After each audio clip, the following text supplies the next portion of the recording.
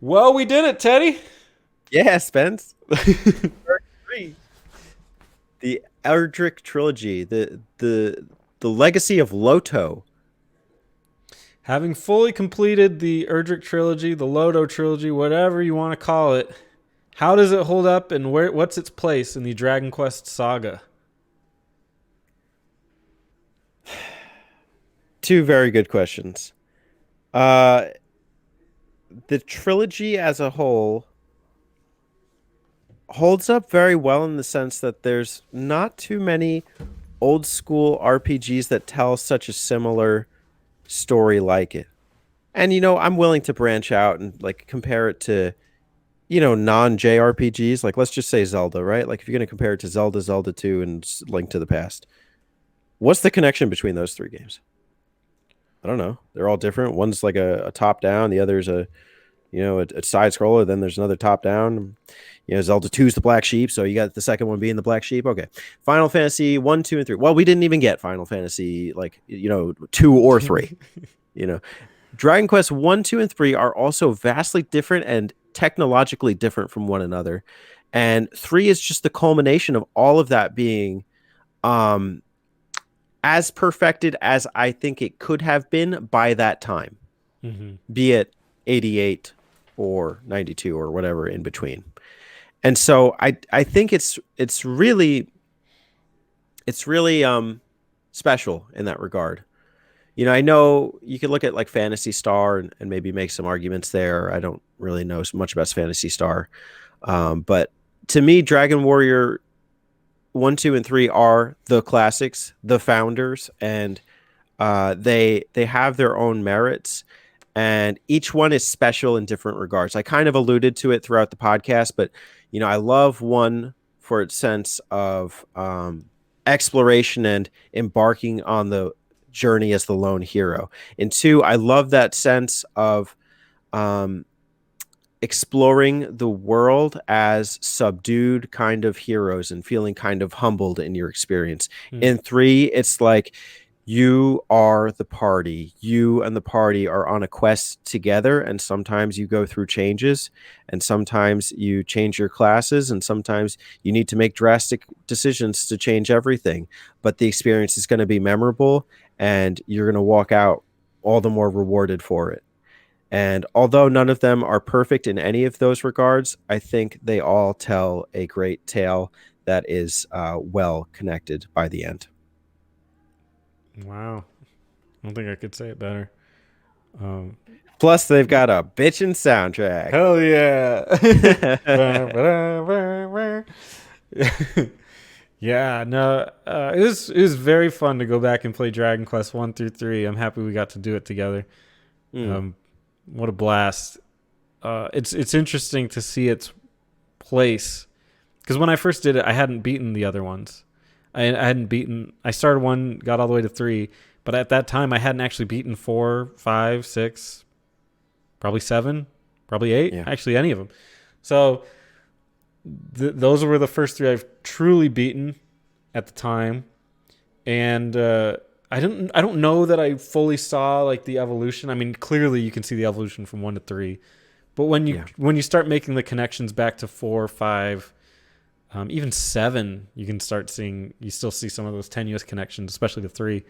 It's like man, they were thinking about all this basically before I was born, as how long ago they were already thinking about these things that I think of now, and I'm like, oh, that was cool in 7, how you've altered your class, and there's all these branching paths for the classes and stuff.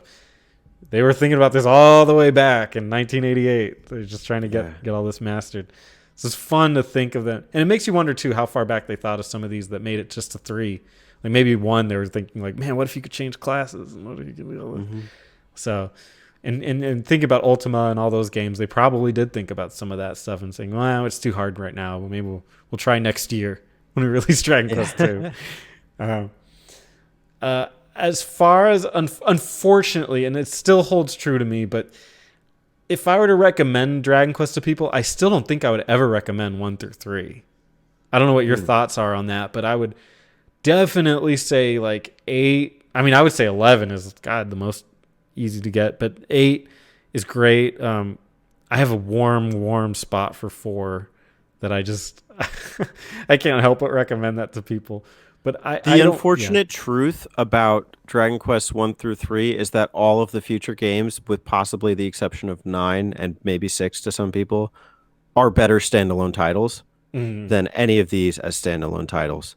What I would recommend, though, is 1 through 3.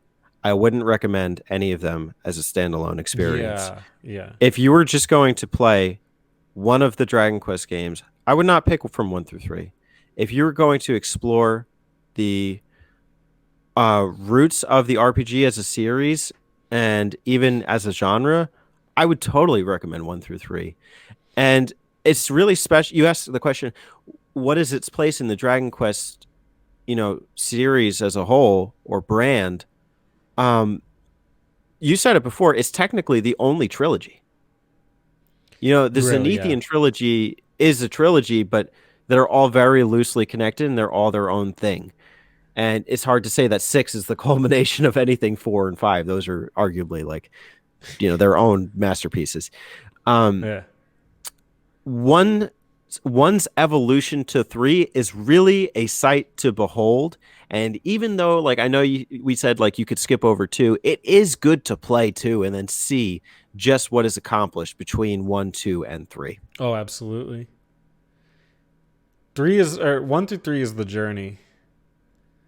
Mm. Each of the other ones are standalone great, but 1 through 3 is like a historical, like botanical garden walk through through game design and through learning something that, I mean, you wouldn't compare it to any modern game or anything. I mean, Dragon Quest 3 in some ways you could say is better than modern gaming in certain ways. But yeah, in general it has to be the 3 together.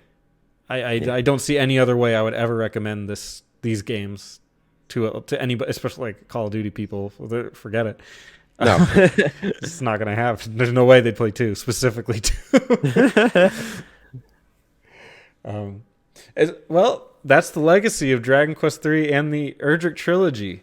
Are there any other parting messages you want to talk about with Dragon Quest 3? The small medals, they're great.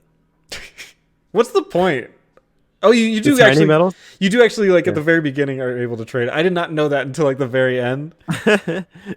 I love that. Oh, well, you know what? I think I played when I played the Game Boy Color version years ago. They also had monster medals, and when you would defeat a certain monster a certain number of times, you would get the medal for that monster.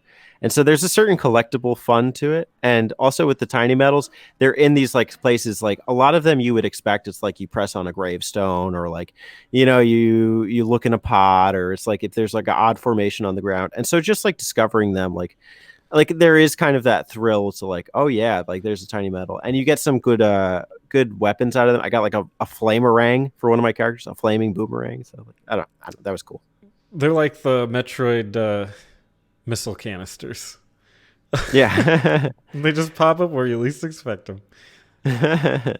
Ultimately, though, completely unnecessary. Unlike in Metroid, where you need as many missiles as possible. Yeah. Well, that's all I got, man. It's been a pleasure to have you on here, and I can't wait for whatever we decide to do next. And we literally, like, I'm not trying to hide it from the audience. We legit do not know what we're going to do next. Yeah, So, it's up in the air. It could be anything. So, but this was great, Spencer. I was happy to partake, and definitely looking forward to more Dragon Quest to come.